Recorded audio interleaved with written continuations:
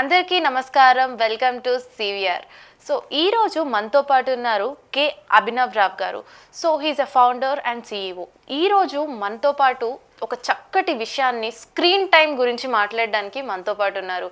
So అసలు screen time అంటే ఏంటి, ఏ ఏజ్ నుంచి అసలు ఈ స్క్రీన్ టైం అనే వర్డ్ ఎప్పటి నుంచి ఇంత ఫేమస్ అయింది, అండ్ ముఖ్య గమనికండి, ఇది పేరెంట్స్కి ఇంకా టీన్స్కి తెలియకుండానే మనం స్క్రీన్ ఎక్కువ చూస్తూ ఉంటాం. లైక్ మన టీన్స్ అండ్ పేరెంట్స్ దాన్ని అబ్జర్వ్ చేస్తూ ఉంటారు, అండ్ సమ్టైమ్స్ పేరెంట్స్ కూడా ఏమనరు. సో అసలు ఎలాంటి హార్మ్ఫుల్ ప్రాబ్లమ్స్ మనం ఫేస్ చేస్తున్నామో మనకు తెలియకుండా, సో వీటన్నిటి గురించి మాట్లాడడానికి మనతో పాటు ఉన్నారు కే అభినవ్ రావ్ గారు. Hi sir. నమస్తే. ఎలా ఉన్నారు సార్? నేను బాగున్నానండి sir. Thank you so much for being here sir. యాక్చువల్గా అంటే ఒక very important and good topic గురించి మీరు అది తీసుకోవడం అన్నది that's like very wonderful. Thank you అండి. సార్ చెప్పండి, అసలు స్క్రీన్ టైం అంటే ఏంటి? స్క్రీన్ టైం అంటే మనం ఎలా దాన్ని చెప్పగలమంటే, బేసికల్గా ఎవరైనా టీవీ కానీ, మొబైల్ కానీ, ల్యాప్టాప్ కానీ, లేకపోతే ఈ మధ్య ట్యాబ్లెట్స్ కానీ, దేని మీద అయినా కానీ టైం అది చూస్తా కానీ, దాంట్లో పని చేస్తా కానీ స్పెండ్ చేసే టైంని స్క్రీన్ టైం అంటాం మనం.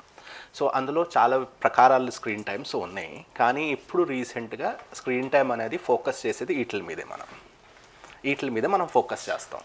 సో బేసికలీగా TV, mobile, tablets and any screens that is LED కానీ లేకపోతే నార్మల్ స్క్రీన్స్ కానీ చూస్తాన్ని స్క్రీన్ టైం అంటాం మనం.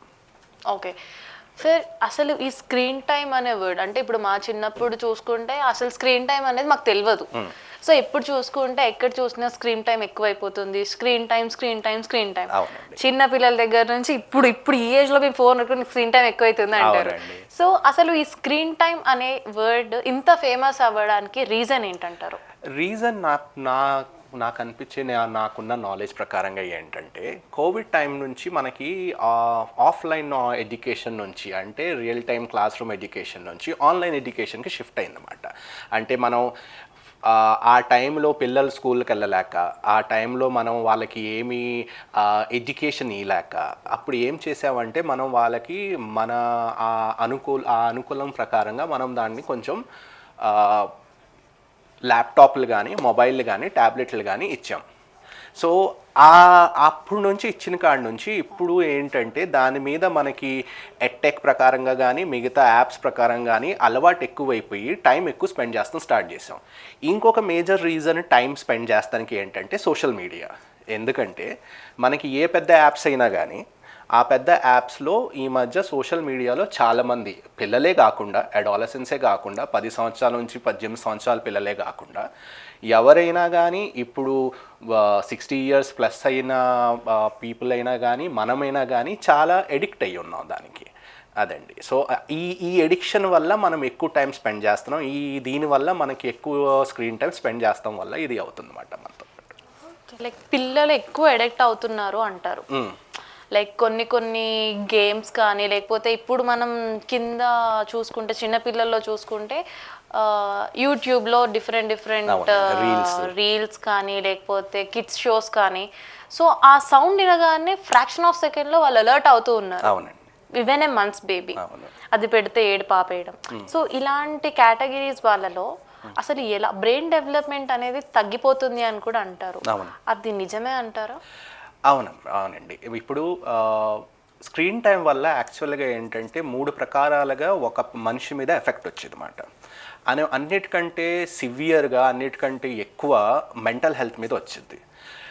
చిన్నపిల్లలకి అంటే ఇప్పుడు 2 సంవత్సరాల కింద వాళ్ళైనా కానీ, లేకపోతే 10 సంవత్సరాల కింద పిల్లలకైనా ఎక్కువ మొబైల్ యూజ్ చేస్తాం కానీ, ట్యాబ్లెట్లు యూజ్ చేస్తాం కానీ, లేకపోతే ఈ మధ్య ఈ రీళ్ళు చూసుకోవటం చాలామంది పేరెంట్స్ ఏంటంటే మాకు అల్లరి చేస్తున్నాడని మొబైల్ ఇచ్చేస్తాం, అన్నం తింటలేదని మొబైల్ ఇచ్చేస్తాం, అలా చేసి వాళ్ళని అందులో రీల్ చూస్తూ ఉంటే ఆ ప్రాబ్లం ఏమైందంటే వాళ్ళకి సివియర్ చాలా ఆర్గనైజేషన్స్, హార్వర్డ్ కానివ్వండి, లేకపోతే మాయో క్లినిక్స్ కానివ్వండి, పెద్ద ఆర్గనైజేషన్ చేసిన రీసెర్చ్ ప్రకారంగా ఇది డైరెక్ట్గా వాళ్ళు మెంటల్ గ్రోత్ మీద ఎఫెక్ట్ వచ్చింది.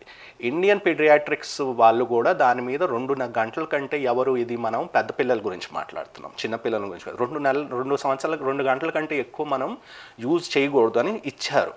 ఎందుకంటే ఆ టైంలో అయ్యే బ్రెయిన్ గ్రోత్ మీద, బ్రెయిన్ కనెక్షన్స్ మీద చాలా సివియర్ ఎఫెక్ట్ వచ్చింది.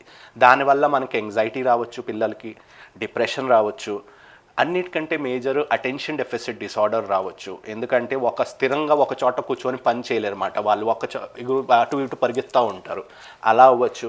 ఇలా చాలా మెంటల్ హెల్త్ ఇష్యూస్ వస్తున్నాయి అని రావచ్చు అని రీసెర్చ్ ప్రకారంగా చేసి ఫాలోఅప్ చేసి చూసింది కంటెంట్ ఉందన్నమాట. సో అవును, సో స్క్రీన్ టైం ఎక్కువ యూజ్ చేస్తాం వల్ల చాలా మెంటల్ హెల్త్ ఇష్యూస్ వస్తాయి. దాంతోపాటు మెంటల్ హెల్త్ ఇష్యూస్ కాకుండా ఫిజికల్ హెల్త్ ఇష్యూస్ కూడా వస్తాయి. నిద్ర సరిగ్గా పట్టపోవటం, టైమ్లీ లేకపోవటం, లేకపోతే కూర్చొని ఒకచోటే కూర్చొని ఏం కదలకుండా ఎక్కువ చేస్తాం వల్ల నార్మల్గా ఒబెసిటీ కానీ, ఎక్కువ లావ్ అవటం కానీ అవ్వటం, ఇలా కూడా ఉన్నాయి అన్నమాట. దాంతోపాటు ఇంకా మనం మొబైల్ ద్వారా వాళ్ళు నేర్చుకునే అలవాట్లు కానీ, ఆ ఇంటర్నెట్ ద్వారా వాళ్ళకి వచ్చే హాని కానీ, అవి మొత్తం చాలా మనం ఇంకా చాలా డీప్గా మనం మాట్లాడుకోవాలి. అవి మొత్తం మనం చెప్పలేము అన్నమాట. సార్, ఇప్పుడు చిన్న పిల్లలు అని చెప్పను, పెద్దవాళ్ళని చెప్పను, సో ఇన్ బిట్వీన్ అడాలసెన్స్కి చేంజ్ అయ్యే పిల్లలు ఎవరైతే ఉంటారో డెఫినెట్గా లైక్ ఫ్రెండ్స్ వల్ల కావచ్చు, లేకపోతే కంపారిజన్ వల్ల కావచ్చు, లేకపోతే పేరెంట్స్ నువ్వు ఇంత ర్యాంక్ తెచ్చుకుంటే నేను నీకు ఐఫోన్ ఇప్పిస్తాను, సో బ్రాండ్స్కి అలవాటు పడిపోవడం కావచ్చు. సో ఈ కేటగిరీస్ చూసుకుంటే ఒక సైడ్ నుంచి పేరెంట్సే ఇన్ఫ్లుయెన్స్ చేస్తున్నారు అనిపిస్తుందా? ఇందులో పేరెంట్స్ 2 ప్రకారాల పేరెంట్స్ ఉన్నారండి.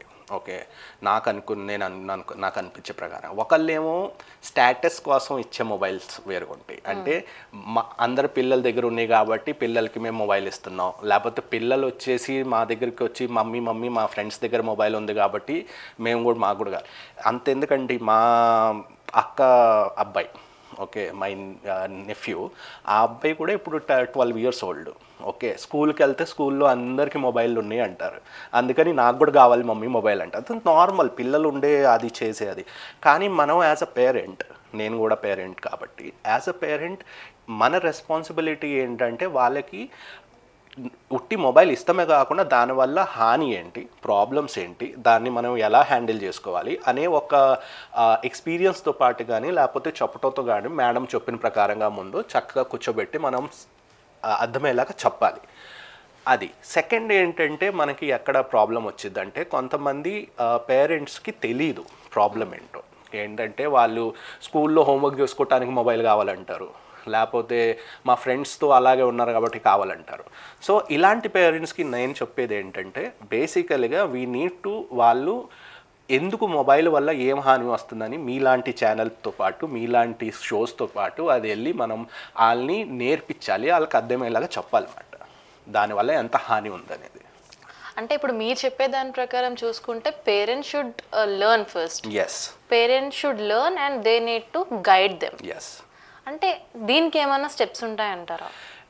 దీనికి స్టెప్స్ అంటే మేడం మనకి స్ట్రక్చర్డ్గా ఒక కరికులం లాగా ఈ ఎపిసోడ్లు చూసుకుంటే మనకు తెలుస్తాయి అని, లేకపోతే ఈ పుస్తకం చదివితే మనకు తెలుసిద్దని ఎక్కడ లేదు.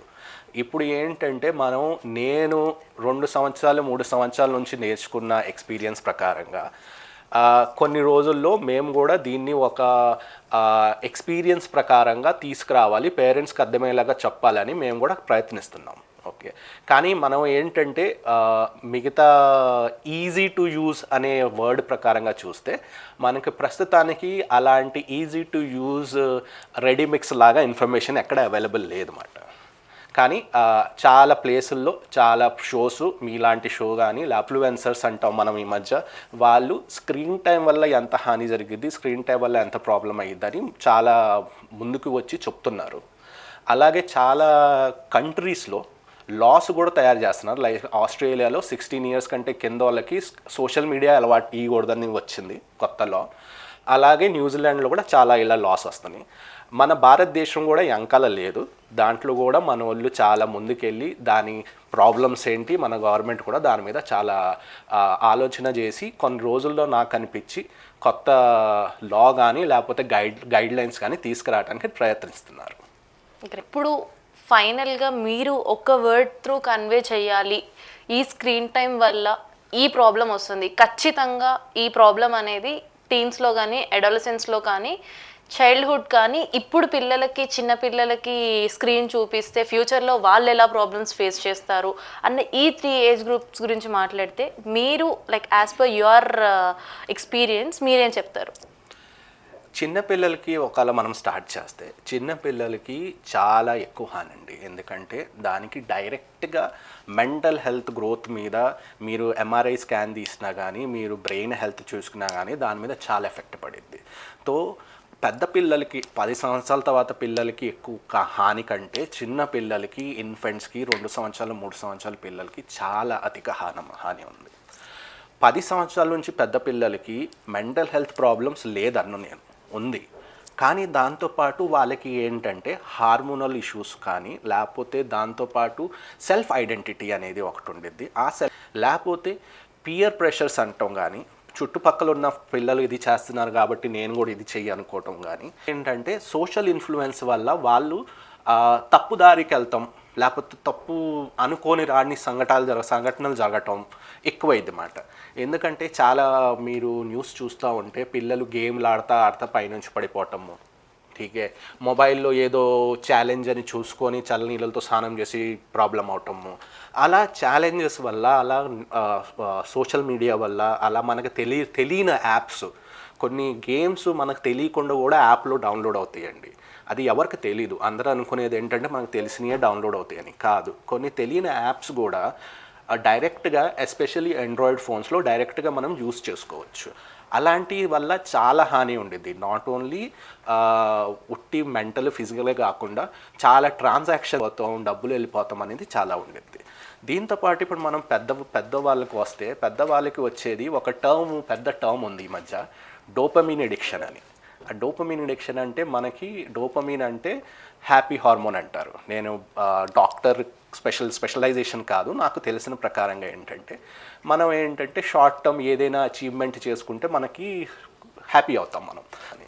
సో ఇప్పుడు ఉన్న సోషల్ మీడియా కానీ ఇప్పుడు ఉన్న రీల్ కల్చర్ కానీ దాంట్లో మనం చూసుకుంటే ఆ న్యూరలాజికల్ ప్యాటర్న్ని వాళ్ళు ఓవర్ యూస్ చేయాలని ట్రై చేస్తున్నారు. దానివల్ల ఏంటంటే మనం ఎలా అనుకోని రాని డ్రగ్స్తో ఎడిక్ట్ అవుతాం, అలా సోషల్ మీడియాతో కూడా ఎడిక్ట్ అవుతున్నాం అన్నమాట.